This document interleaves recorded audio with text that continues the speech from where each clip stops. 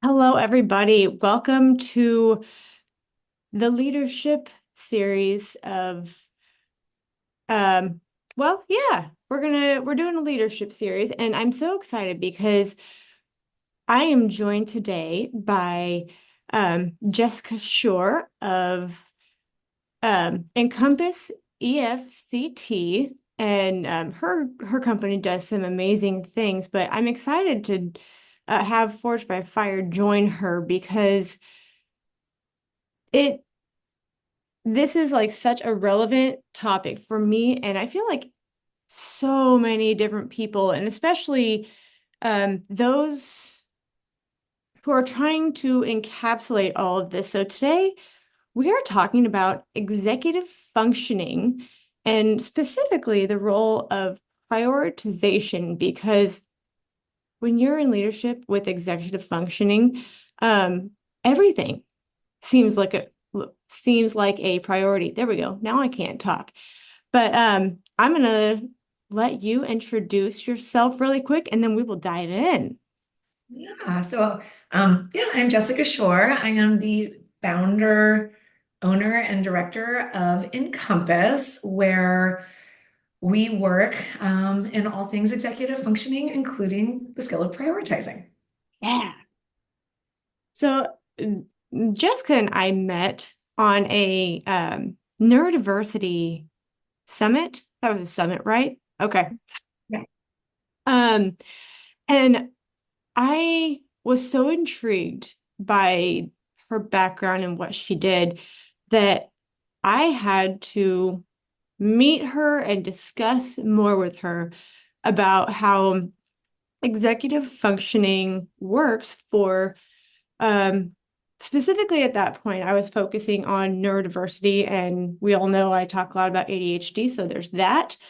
But that also a lot has to do with leadership, because there's a lot of leaders who are neurodiverse. And I was looking on her website earlier this morning, and that's like a caveat for not being able to handle executive functioning well.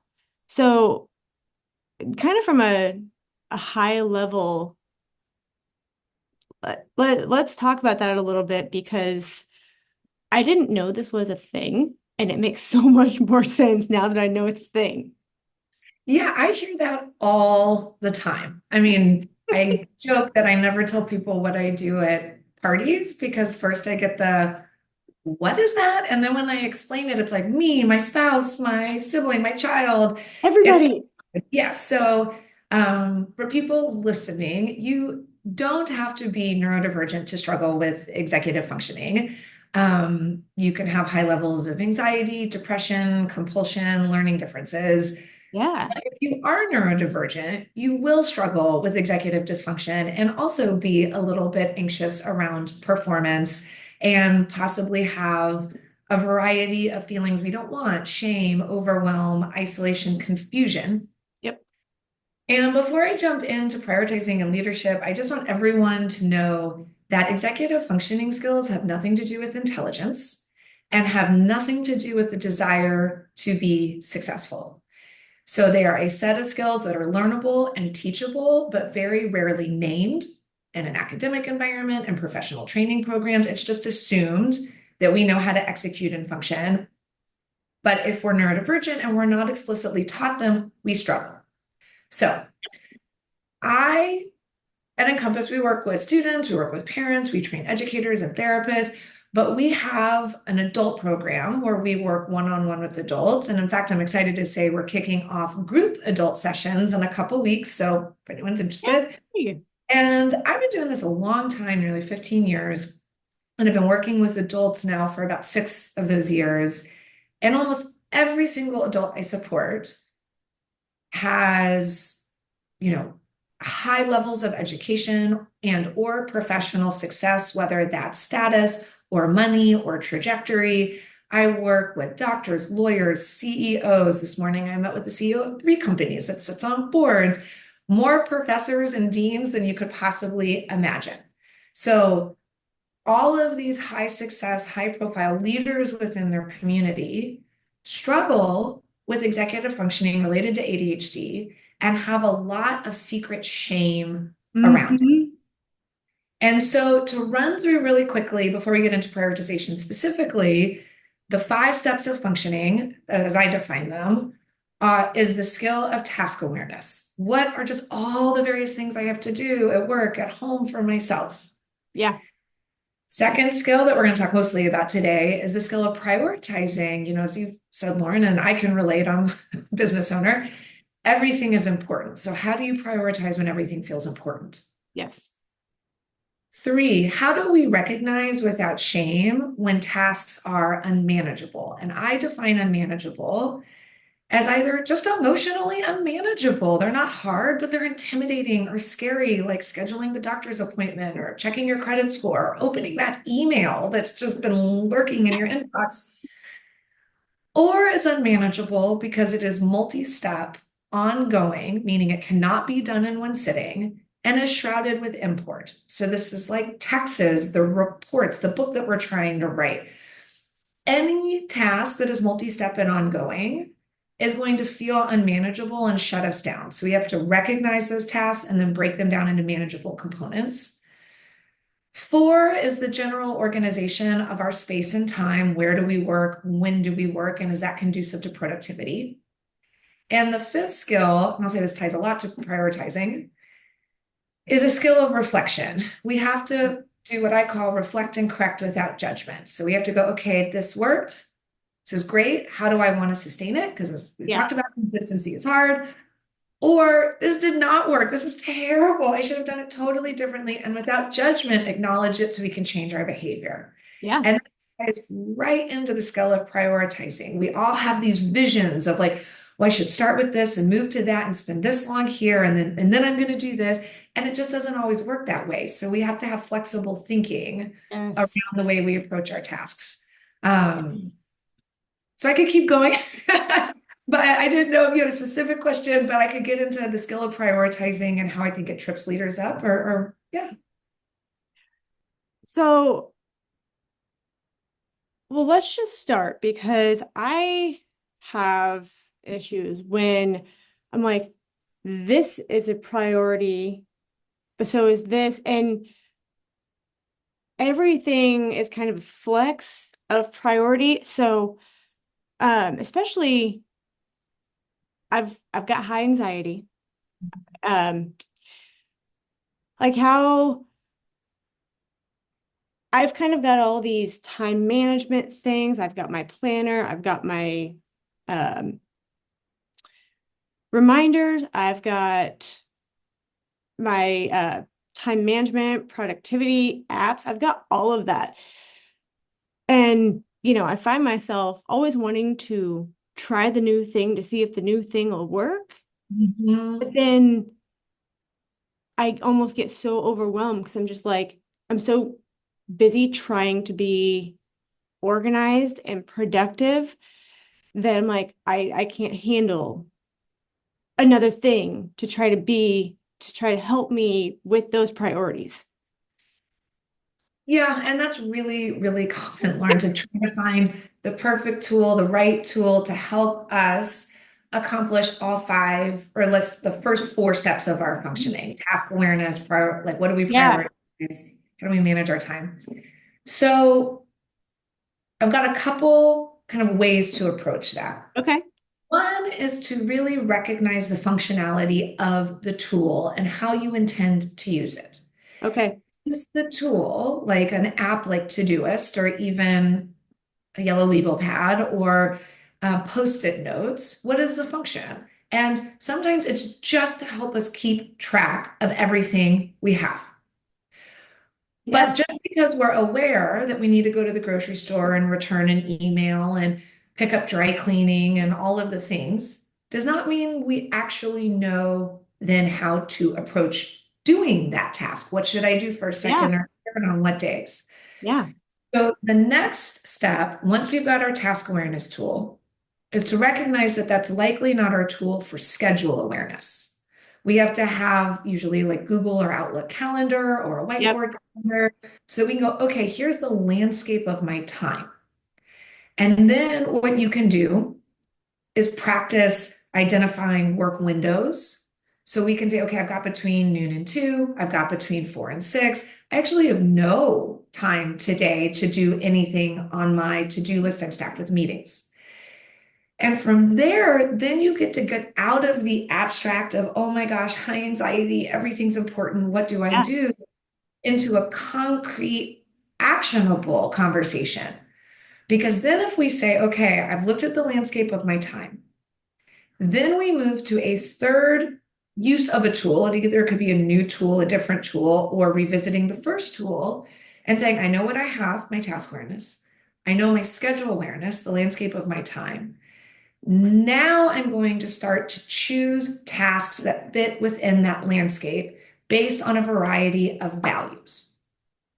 So Okay. I'm going to talk about values in a second, but Okay. before I fail, the what I'm speaking to is really trying to investigate what is the function of the tool, how am I using it, and then to create a routine around it. Ooh, that's a big one. And routine is hard for people with ADHD. I know. But if we say, okay, I really need to look at my to-do list and I really need to look at my calendar so that I can define my execution strategy or time management strategy. Yeah. Well, if we sit down at our desk and we just immediately start doing emails and we jump into the thing that we stopped last night that we're anxious to get to, we often feel a little bit untethered. We feel a little bit reactive and not proactive. So even though it goes against the intuition to just get started, we have so much to do, it's actually extremely beneficial to create either a morning or end of workday or before bed routine to just check in with those tools so that you feel a little bit more proactive again than reactive. So, tools and routine to use those tools. Okay. Okay. Now, you mentioned anxiety, and oh, anxiety and ADHD are just besties. We are. It's great. Yes. So we talked about this before, but a thought pattern that is intrinsic to both ADHD and anxiety. So you can be anxious without ADHD, but if you have both, it's going to be really, really loud, which Mhm. are those rigid and binary thinking trends. Yes. I have to do everything, or it feels like I've gotten nothing done. There's a right approach, and I can't figure that out, so I must be doing the wrong approach. There's a right way, Hmm. wrong way, all or nothing, black and white. And the higher our anxiety, the bigger the binary gets, right? So if I'm doing it wrong, then I'm wrong. And if I'm failing, then I'm a failure. So opposed to just going, okay, I don't know if I'm doing this the right way, people with high anxiety will start to really personalize Yeah. ability to approach their work in a way that's really scary and threatening. We're not just a right and wrong, we're a success, we're a failure. It's big and it's rigid. And we probably don't have time today, especially since our focus is on leadership, but this is something I talk a lot about with parenting Yeah. kids with ADHD because we reinforce these narratives because academic discourse just feeds right into like good student, bad student, smart, stupid.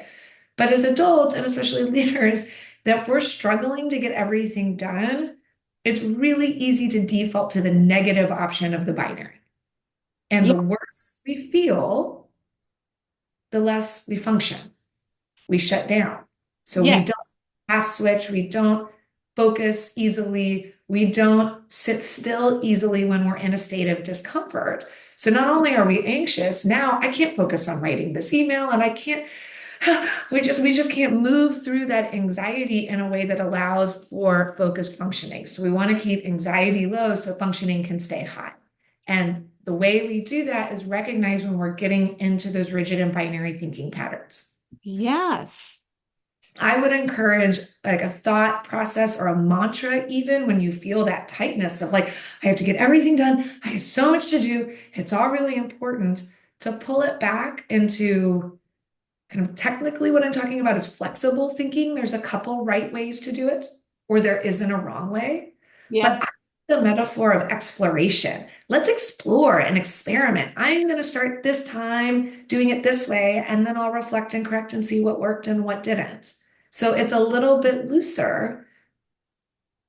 So I see some big head bobbing. What are your thoughts? I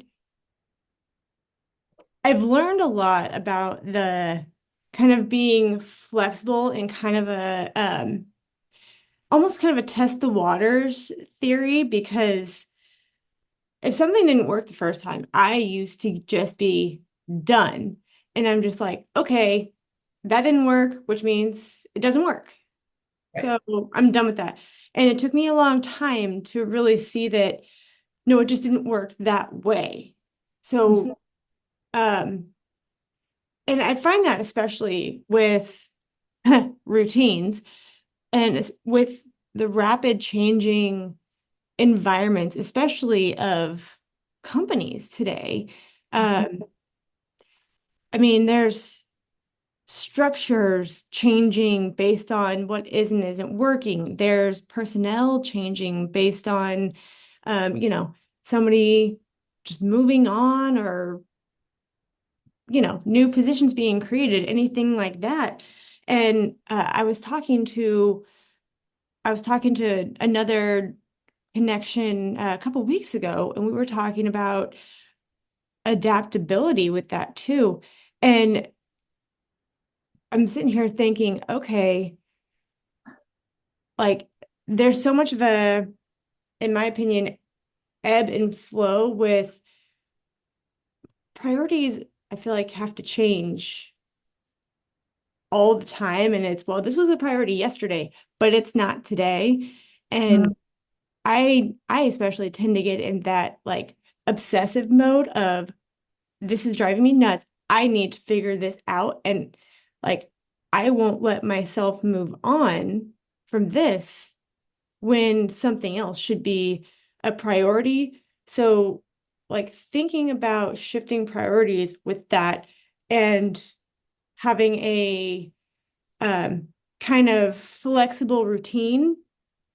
Yeah, so that's really, really common. And just to kind of recap what you were saying, that when we have so many things on our plate and forces outside of our control shift the way that we need to prioritize, it can be Yeah, really hard to be flexible and shift that yeah, priority.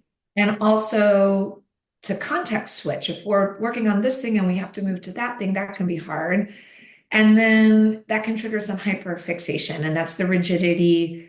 Part of rigidity, there's lots of things associated with hyperfixation and ADHD. So we've talked about like object permanence. That was yep, in my psych, that is in my mind. It's hard to switch. But all that is to say is very common with ADHD. And my advice around that, what I have a couple kind of strategies to speak okay, to. One is a little bit more practical, a little bit less like our mentality around okay, it. And it would be to change your environment. okay, So, where you are working on task A, let's say that's a huge, huge email that's really important and it's going to go to like 100 people. And all of a sudden, it feels really important. You have to shelf that email to do a financial report. Totally different part of our brain that we're using, totally yep, different consequence.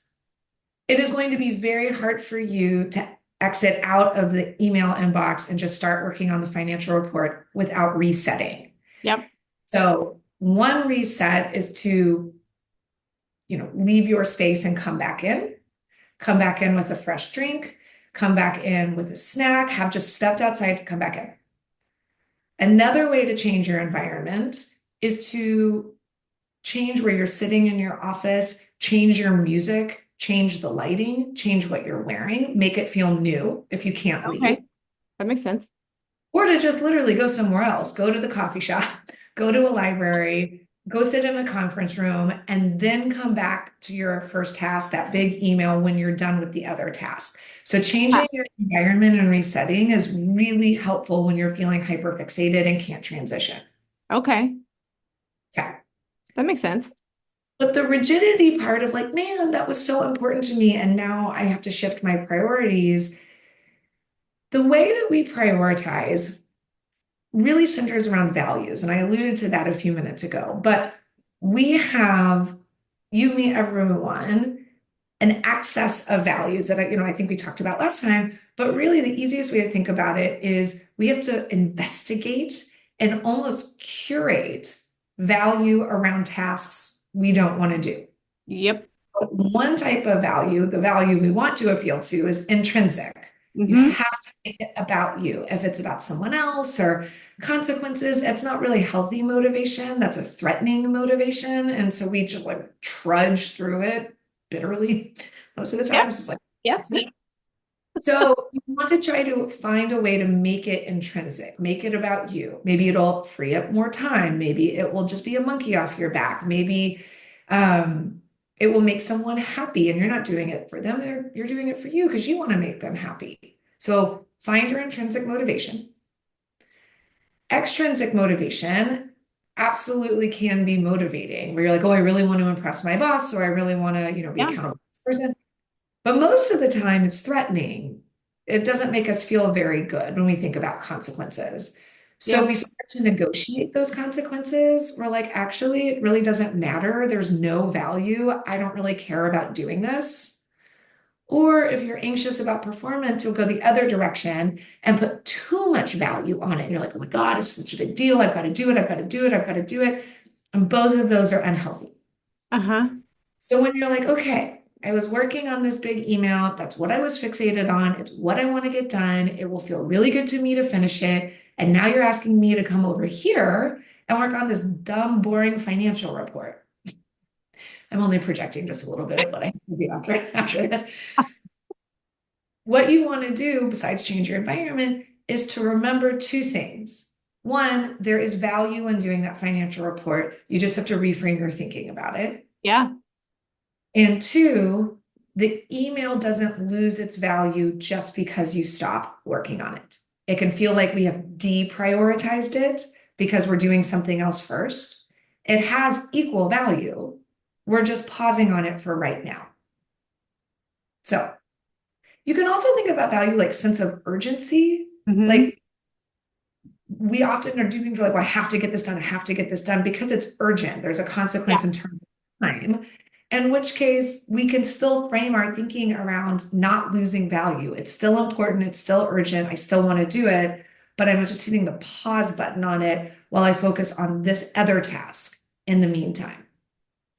So Okay. it's like an elevator metaphor. It's almost like a Yeah. metaphor. We're just setting it to the left really quick to work on what's on the right. Yes. Okay. So I'm based on who you said you've been talking to recently with all of the high level people. I'm curious to see what your experience is with this. So if you're in, say, um, upper executive, maybe C-suite level position, and you've been working on this project and working on this project that you need to come to fruition, and you've been trudging, and it means you got to work with a whole bunch of different departments and everything, and then all of a sudden somebody throws that task that needs to be done like now, usually. And it is one of those things that you don't necessarily care about, you don't want to do, but it is important to the overall company. And now you've got to do that. Um, and you've got to get your whole team buy-in because I've I've been in the spot where I don't want to do something because I don't care, Mhm. or it's not something I enjoy, so I have to go find a reason for me to enjoy it. But if something like that gets thrown on my plate and I'm like, okay, I don't want to do this. Now I have to do it. I have to be happy about it. But I also have to go now tell my team, hey, we get to do this. And I need it to be a good environment because I feel like workplaces are getting toxic with that. So then you got a new priority. Toxic in terms of just shifting what you're supposed to be doing on a dime. Um, Toxic in terms of everybody is cranky about what they Uh, have to do. Um, like maybe some of the leadership is not excited about what they have to do, and that's trickling down, but you still have to figure out a way to prioritize it, throw yeah, everything else, and almost just like, okay, cool, you just threw a roadblock at me, and like that's hard. it is hard. So a couple thoughts came up, and Okay. as I had mentioned, I do support quite a few CEOs and founders, and to Yeah. build a business requires a lot of functioning and a lot of prioritizing. Um, and people who work in very, very big organizations, we're in Austin, so like I said, a lot of UT Yeah. professors who are leading departments and teaching and wear many hats. And I just say all of that because it's that many hats part Yep. really exhausting. And I think that I can speak from personal experience, being the leader or being, the CEO or founder, it's really isolating and a little Uh-huh. bit lonely at times because, it's wonderful, but also heavy is the head that wears the crown. So one of the first things I would say is being transparent in a strategic way. Okay. So if you say like, hey, I've got to come to my team. I'm the leader here. I'm the head of this department, and I know we've been working hard and we need to shift gears. To not mask and not encourage masking, to say, like, it's okay if this feels frustrating, and that's all right. But so I think when we ask people to be fake, resentment is formed. So I think, but Yeah. we could do it in compassion.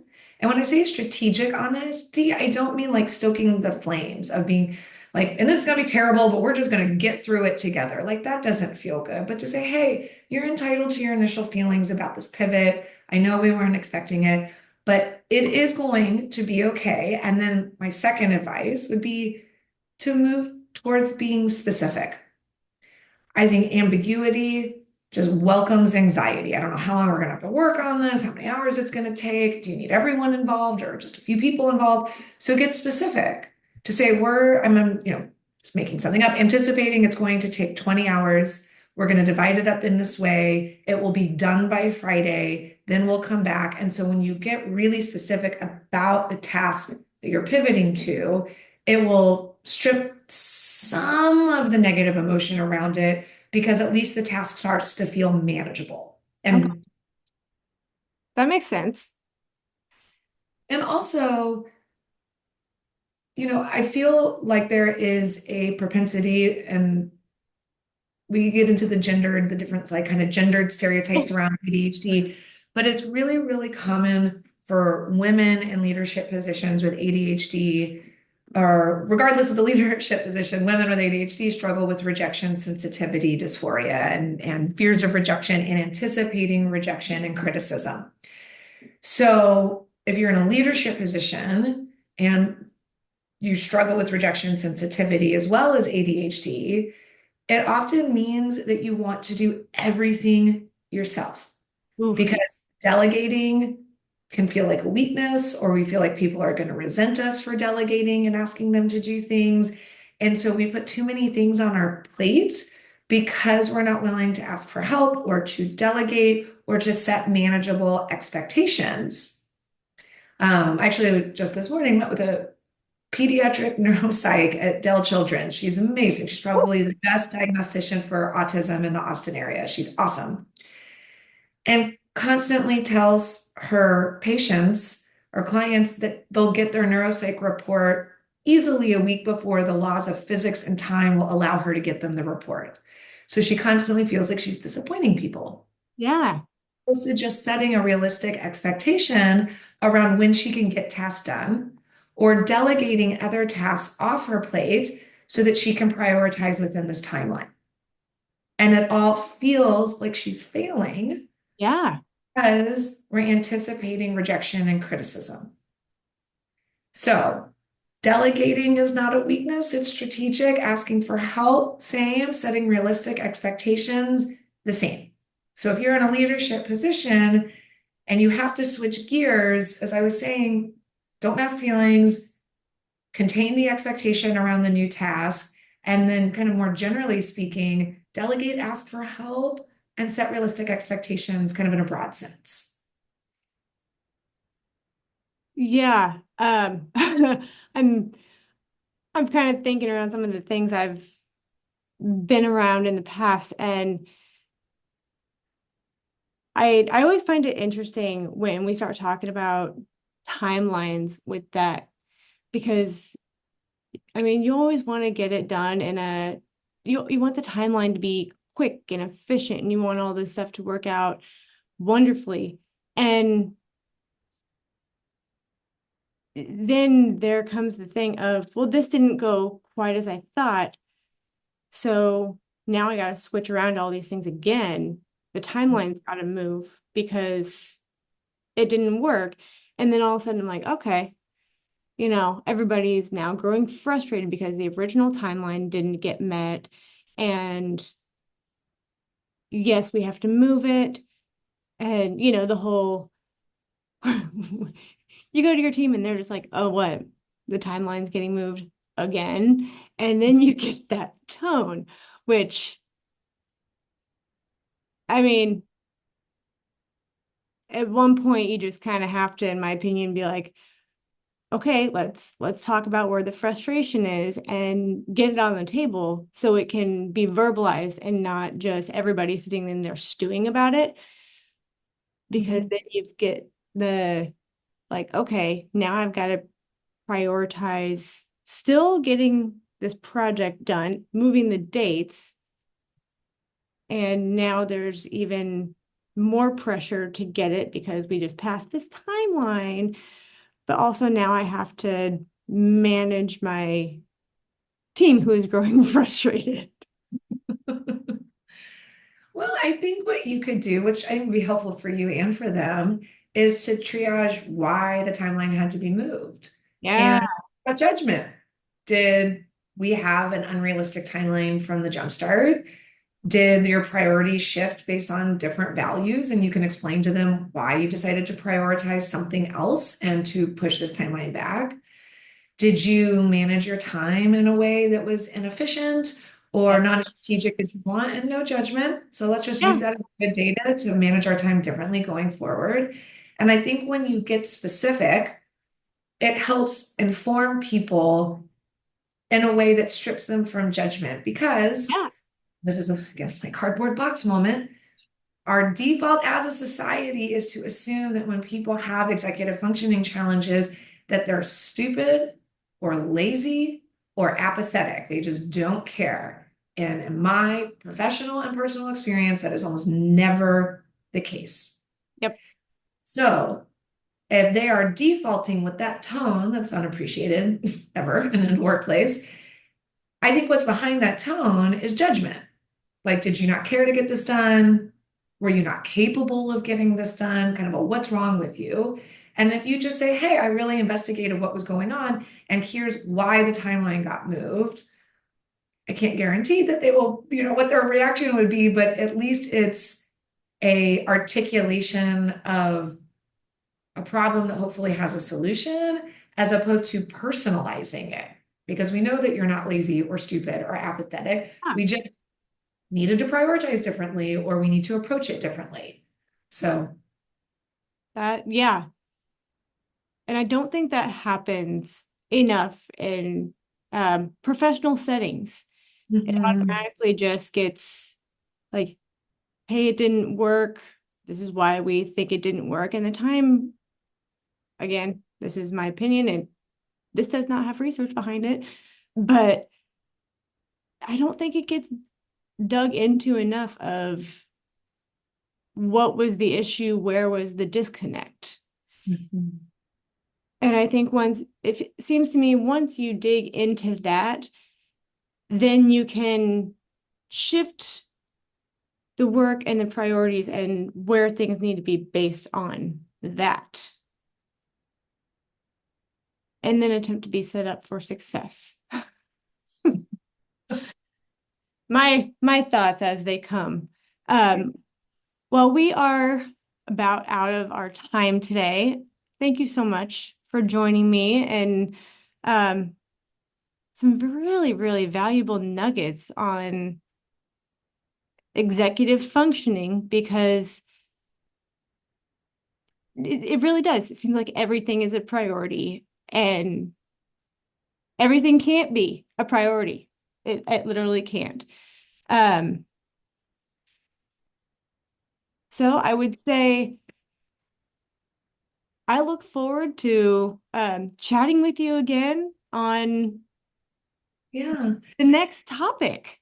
Yes, I'm excited. And we didn't talk about this today, but we did the last time we spoke about there's a lot of practical strategies around prioritizing in terms of like bucketing and color coding and time stamping, um, that we can continue to talk about. But if any of your listeners have questions about it, um, it's a rich topic. I think that when we think about executive functioning, um, it's probably one of the most critical skills that often gets overlooked. So I really enjoyed being here. And I guess that's a long-winded way of saying I could talk about prioritizing all day. But I appreciate it. Thank you for having me. Absolutely. Sure. And we will see all of you next time.